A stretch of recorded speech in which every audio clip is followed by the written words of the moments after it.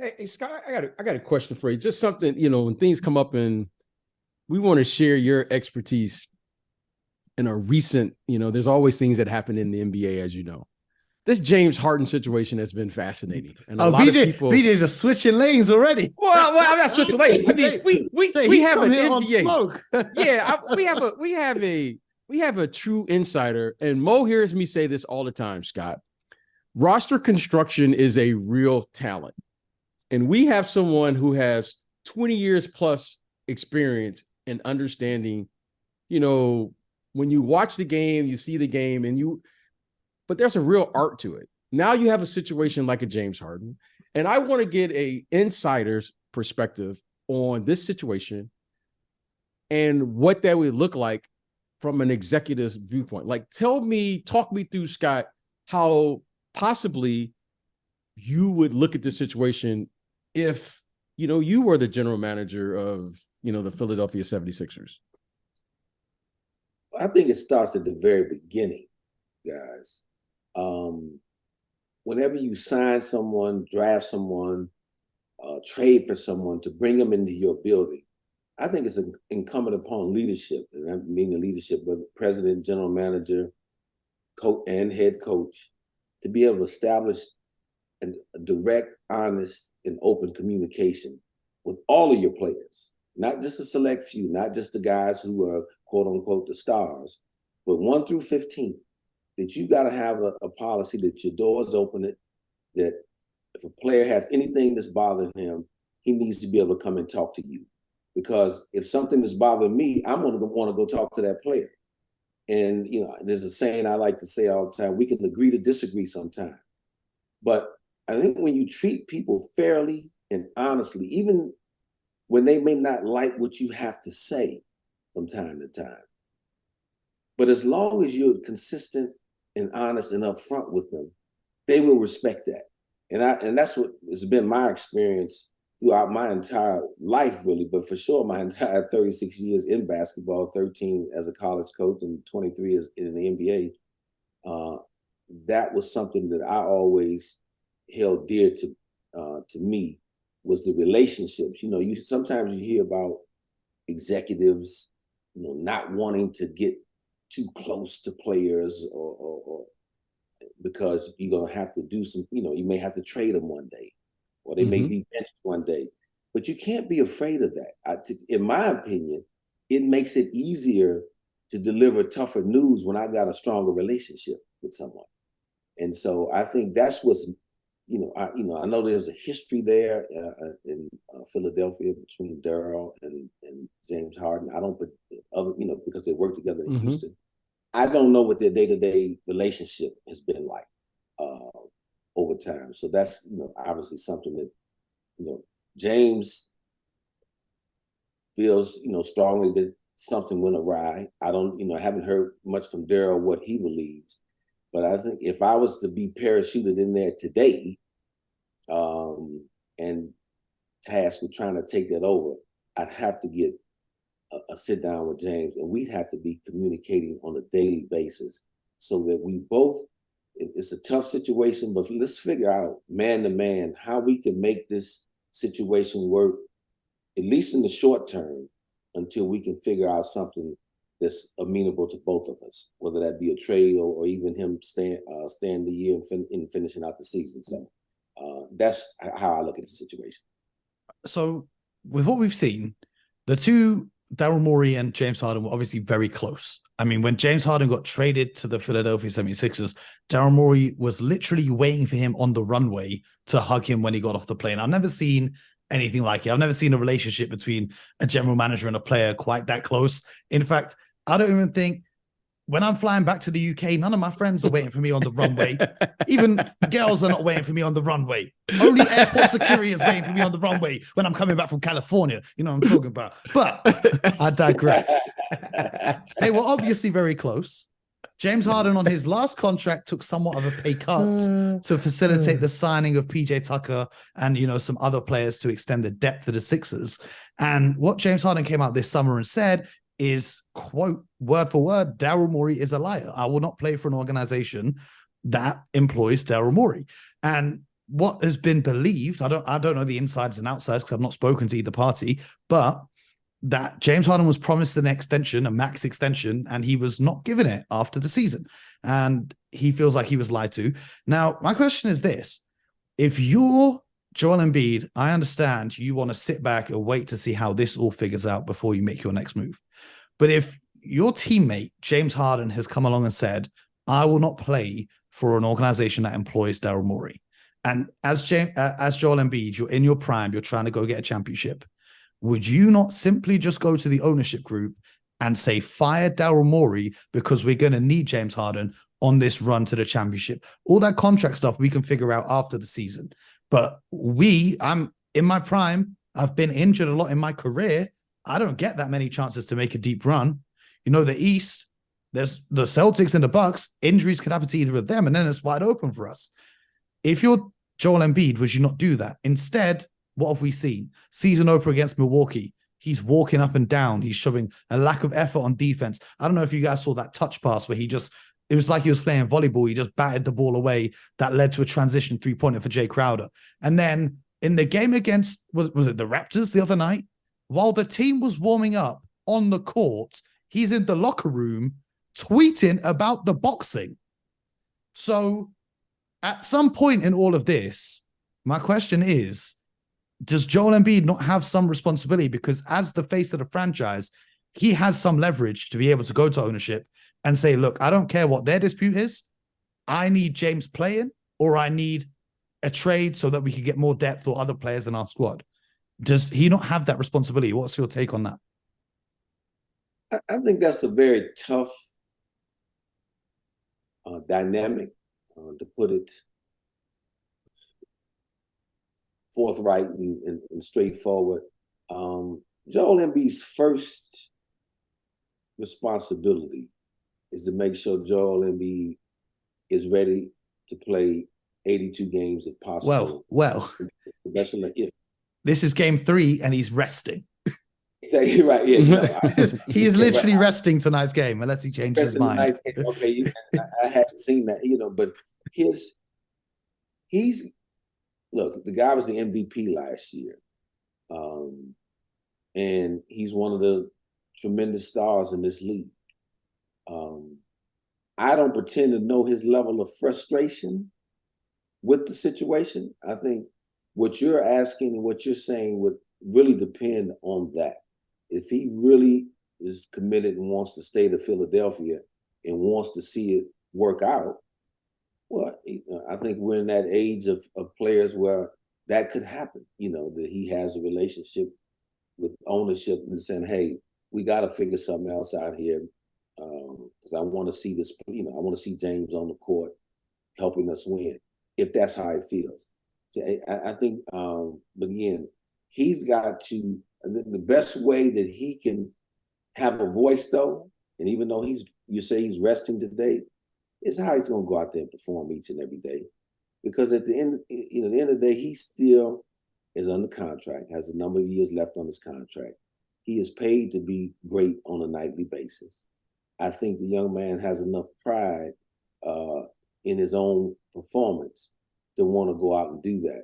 And, I hate to weigh too much in the early season basketball, especially with a big fella like Joel Embiid. Training camps are shorter now. Preseason's only 4 games. So if you saw him walking up down the court a couple times, I don't know if that means he was disgruntled versus he's not in shape yet to run.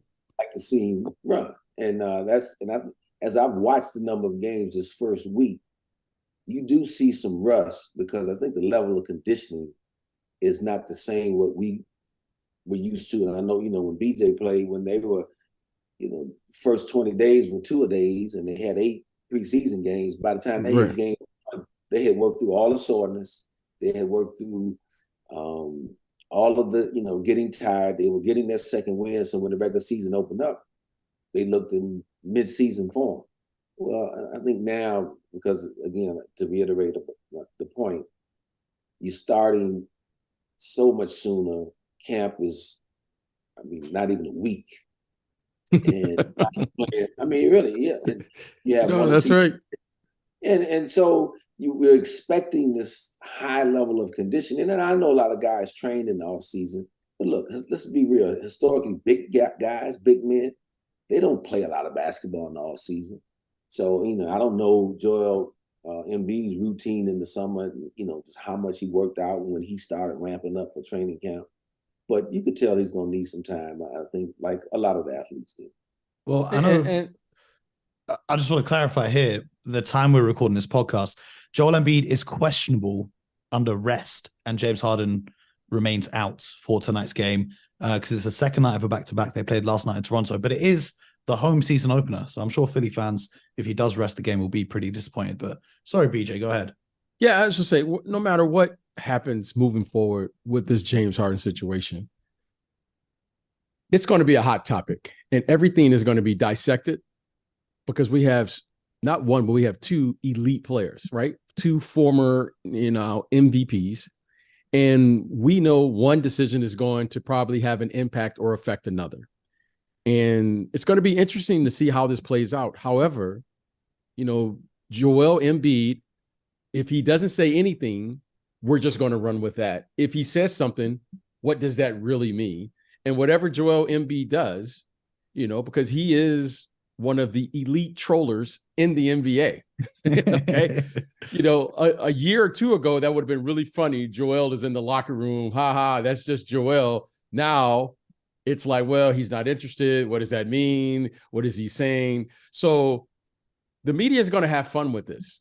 Now, I don't know how Joel is going to handle it. And hopefully it won't be a distraction.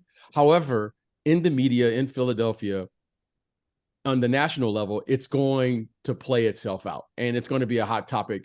And I don't think the Sixers organization is going to be able to avoid it. Certainly, the players involved, and at somehow, as it always happens, it will be resolved at some point. Well, one player who's not distracted by any of this is BJ. Do you remember my pick for most improved player? Yeah, what did you say? Tyrese Maxiell. Oh, yes. 31, 8, and 4 in the opener. He had 34, 7, and 6 last night. He's looking like an all-star.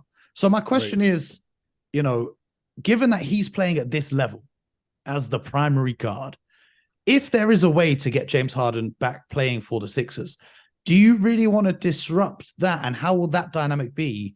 Because now you're going to throw in a guy who takes up the ball most of the time he's on the court. Well, I want to say this. Yeah, I want to say this. Playing couch now executive. One of the things I would love to see now, in the absence of James Harden, is now I get a chance to look in real time to see what I may need to replace him. And that way, I'm going to give the ball to Tyrese Maxiell to see who and what he's going to be. Because he's always been interesting to me, Mo. And as you know, I've been saying this now for over a year. I think Tyrese Maxiell was the key last year. And Tyrese Maxiell, again, is going to be the key because of his ability to play downhill as a lead guard in this league. So even though James Harden isn't playing, okay, you can't take this away from James Harden. He led the league last year in assists as the point guard of that team.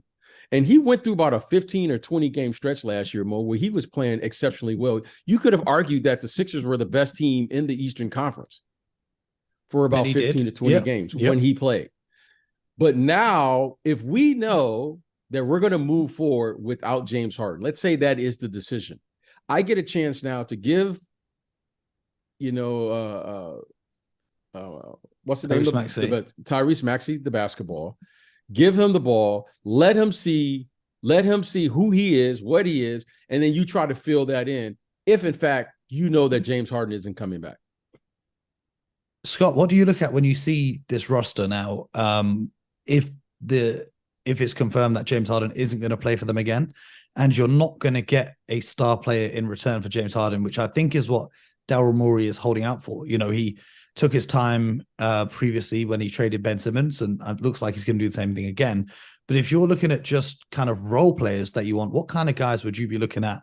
In what positions, what kind of roles would they be playing on the court to surround Embiid and Maxiell and even Tobias Harris? I think they need a wing guy with some size who can be a versatile defender, score a little bit, but he's not going to be relied upon to be a heavy scorer. You mentioned Joel Embiid, Tyrese Maxiell, 1-2, and Tobias Harris, who's a true pro. You know, I think with Nick Nurse and the way he's going to run his offense, he's going to be able to give you 18 a night because just how he plays in a pretty efficient 18 a night.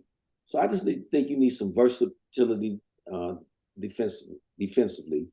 You can always add another guy who can maybe make a shot from 3-point range. To BJ's point, with a guy like Maxey who can get downhill, who's going to draw a lot of help defense. So to have an additional player out there who can knock down an open shot would be very helpful to their team. But, you know, look, Philadelphia is a very tough town. I think those guys, those versatile wing type guys who are tough, highly competitive, fit in that building, fit with that team, fit with that community, and could be helpful to them. I mean, obviously, I think that would be more helpful than having a player who's not playing and who really doesn't want to be there right now. So you've got to just make the best of it that you can right now. And from all signs, it just appears to me that you just got one team out there who is expressed interest in him. Now, does that change? I'm not sure. But as of right now, you know, that one team being the Clippers, you know, if I'm them, I think they're handling it right, just kind of sitting back and knowing that this, as each day goes by, nobody else appears on the map in terms of being interested in trading for James Harden. Either they're going to have to send him there or have a guy not play much at all for him this year. And you definitely don't want that to happen if you're Philadelphia.